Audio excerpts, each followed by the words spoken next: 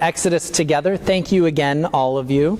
And now we will read the short story from the book of Matthew, chapter 22, verses 15 through 22. It will be very familiar. The Pharisees went and plotted to entrap Jesus in what he said.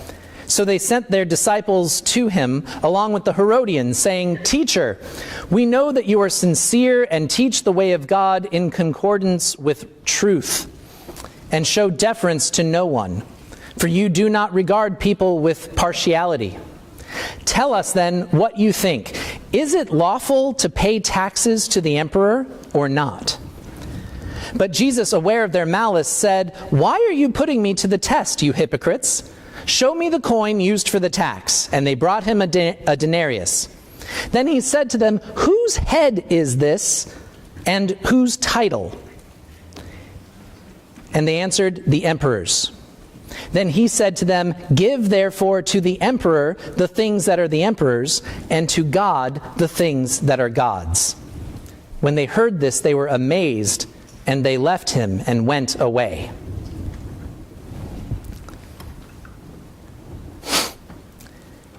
It's almost Halloween, and that means we all deserve a ghost story. And this happens to be a real ghost story in which I was invited to play a supporting role. Early in my ministry, I was called to a house to perform an exorcism. No one was more shocked than me. It is not something that a congregational pastor is trained to do. If you had asked me before that day, "Do you think you would ever perform an exorcism?" I would have said, "Probably not, because I don't think ghosts are real." There are a great number of wounds and injustices I have always felt called to serve in and respond to as an ordained pastor. Privilege in all its forms, inequality, racism, sexism, domestic violence, the degradation of God's creation. But possessed by ghosts was nowhere on that list. And yet there came a day, a bright, hot July morning in Massachusetts, when I walked from the church to a house down the road, carrying with me a Bible in one hand and a crucifix in the other, and having absolutely no idea what I was getting into. I had spoken with a woman on the phone who asked me to come by, and I arrived at her house and found her waiting on the street in front of the house. And she immediately started speaking to me as if there had been a crime and I was a police officer. She said, "We just moved into this house the other day, and the first night that me and my kids were in here," it's just the three of us, "the first night that we were in here, it was a little after 8 o'clock in the evening. I was in the kitchen, the kids were in the living room watching TV. When all the lights in the house started flickering on and off, we heard screams coming from upstairs, and I swear the walls were shaking. I grabbed the kids, I put them in the car, we left. We have not gone back in the house since." I've been told I don't have much of a poker face. My emotions and my thoughts are pretty easy to read, and she must have seen a look of disbelief or at least caution, because she immediately said, "Hey, you may not believe me, but I bet you believe in a lot of things that I don't, and you're my neighbor, and I need help." So I simply replied, "Do you feel comfortable giving me a tour of the house?" It was a hot, humid day, and she took me through the front door, and as soon as we got in the front entryway, I started feeling really nauseous, because there were these horrible, unidentifiable smells, and there were markings on the walls, there were burns and stains of all different kinds on the carpets. There were entire garbage cans overflowing with trash. The entire first floor was like that. She took me through the living room and the kitchen and the dining room. There was furniture that looked like it hadn't been touched in decades. it felt disgusting more than creepy. And then she said, "Can I show you the upstairs?" So she took me to the second floor, and the third floor, and the fourth, which clearly used to be an attic, but had been refurbished to be a bedroom at some point. And each floor was more horrible than the last. There were more disturbing images and terrible smells, and I was sweating, and it was humid, and I felt like I couldn't get my bearings in my surroundings. In the room of that fourth floor, in the corner across the way, there was a pile of something that to this day is one of the most disturbing images I've ever seen. And as I'm finally piecing things together, I'm saying, they just moved in? No one would buy a house that looks like this. What is going on here? But before I could ask any of my questions, she had one of her own. She said, "Can I show you the basement?" So we went down all the flights of stairs, all the way down into the basement, where we found a very normal basement. You know, because it's covered in cement, it actually felt cooler down there than the rest of the house. I actually was able to start breathing for a minute, wiping away some sweat. There was some clutter, some basic things that you would expect to see in a basement, but it was the most normal part of the house. And the young woman said, "Isn't it horrible down here?" And I said, "No, I mean, for me, this just looks like a normal basement." And she said, "No, it's not. This is where they embalmed the bodies." And I said, "What do you mean?" And she said, "This used to be a funeral home, a funeral parlor. They would embalm the dead bodies down here, and they would have funerals upstairs in the parlor. It terrifies me to think of how many dead people have been in this house." And I said, "How do you know this?" And she took a big breath and she said, "Because this is my family's house. My grandparents ran the funeral home." And I said, as I started sensing less scariness, less fear, and a lot more sadness, I asked her, "How is it that you and your children are living here by yourselves?" And she said, "Because everyone else has died. They all died in this house. I grew up here. My mother was a drug addict, and my grandparents raised me. That room on the fourth floor is where my uncle lived for a time, and he abused me when I was younger. And I watched them all die. Most of them were addicts too. I watched all of them die in this house. And now the house has been left to me. And we can't afford it.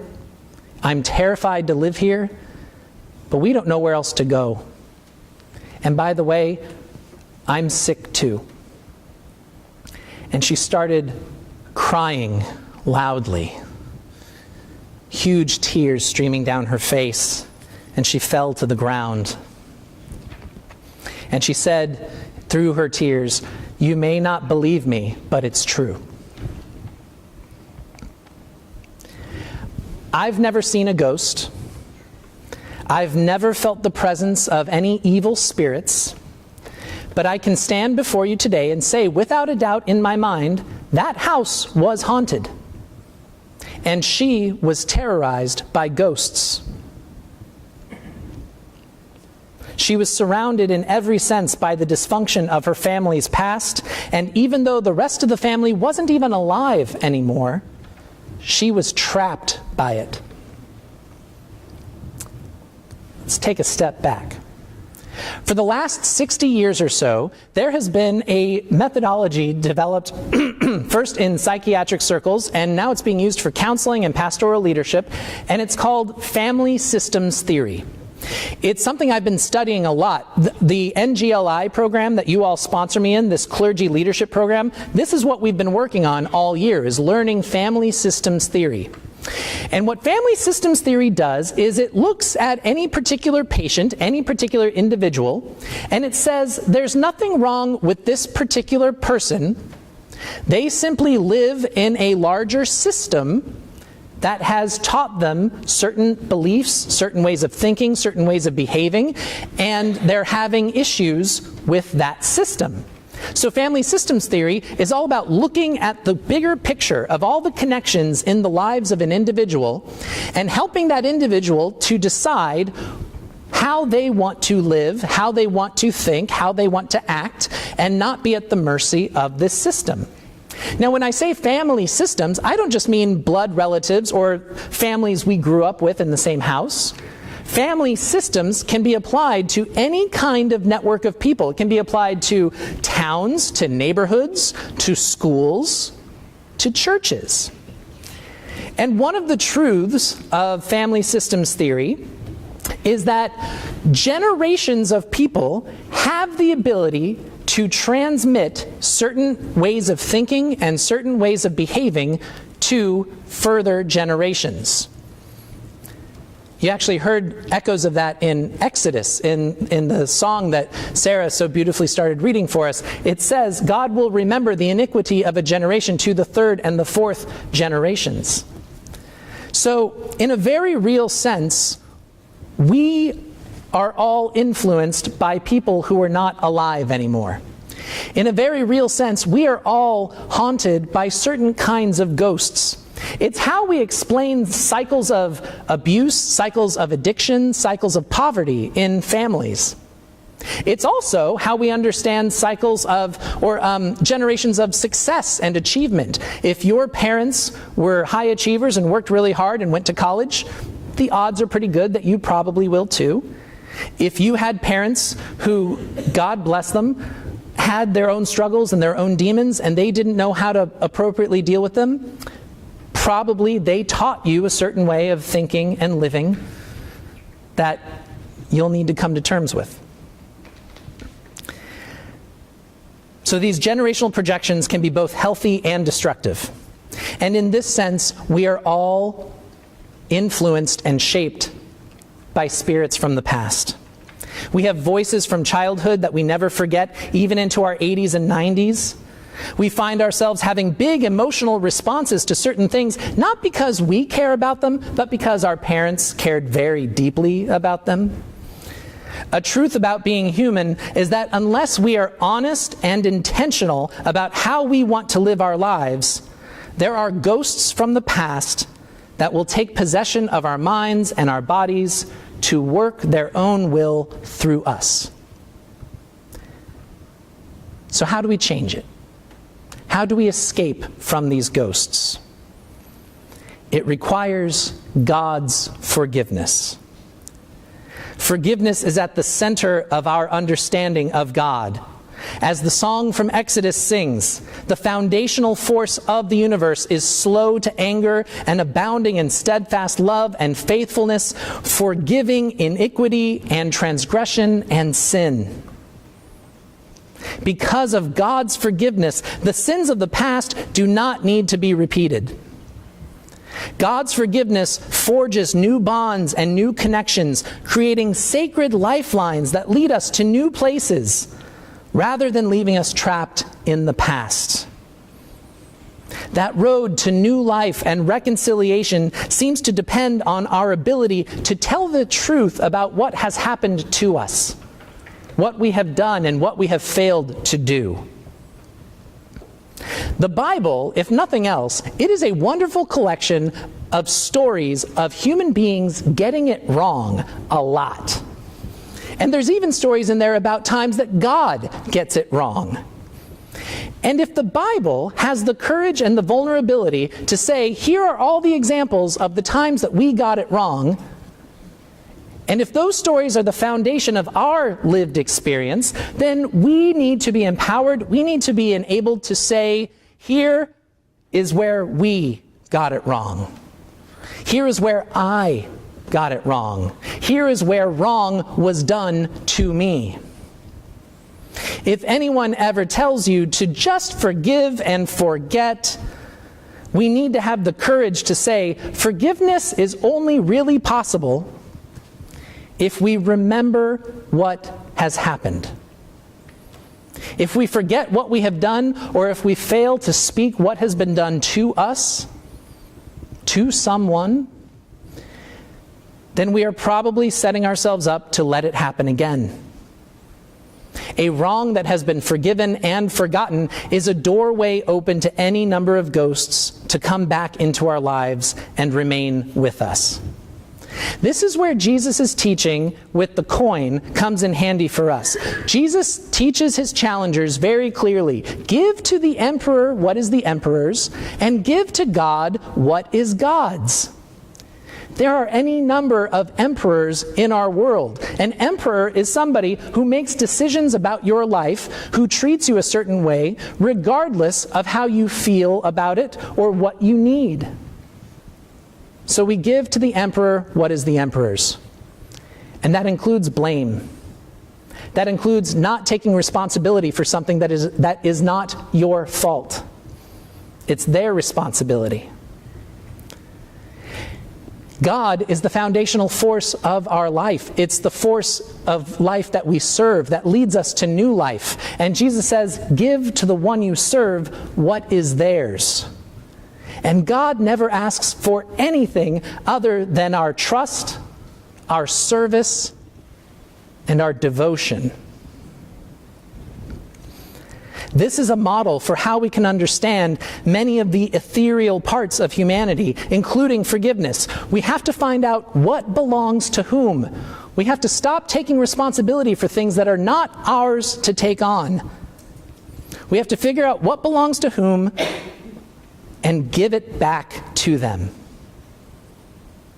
The ultimate work of forgiving people for their transgressions lies with God. If we give our trust to God, if we allow some mysterious power beyond ourselves to take on the big work of somehow, some way, forgiving and reconciling, then we're giving God space to do that work, and we're no longer tying ourselves up in knots and pretending like everything's okay. When we are haunted, we don't know what belongs to whom. We don't know the difference between our pain and someone else's pain. We don't know the difference between God's will and the will of someone from our past. Sometimes we don't even know the difference between the living and the dead. But when we understand God's forgiveness as a foundational part of the universe, if we think of God's forgiveness as a constant force, as constant as gravity, then it becomes more clear what we carry with us and what belongs to whom. We begin to see the difference between our own desires and the desires of our parents who programmed us. We begin to see the difference between the anger and despair that others have put upon us and the joy and the hope that God offers for us every single day. We begin to see the difference between the family that has been, the culture that was, the church that has been. And we begin to say, here is who we want to be now, today. And only by intentionally choosing to live a life of trust, openness, and grace, and making that choice day after day, can we hope to offer the next generation lives that are free from our past mistakes and sufferings. Only by trusting in God to forgive what has come before can we imagine a brighter future to even the 1,000th generation. In the weeks to come, we will be thinking a lot more about our place in the grand story of humanity. Next week is Stewardship Sunday, trying to name what gifts we have and how to appropriately use them for our church's mission in the world. In November, we'll explore our heritage, what has been handed down to us. We'll explore our history and our traditions. What sorts of patterns have these set up for our lives? But for today we just take a deep breath and we open up. We confess what has happened, what we have done, what others have done to us. And we trust in God to weave us into new ways of being in loving relationship with ourselves and the world. Let it be so. Amen.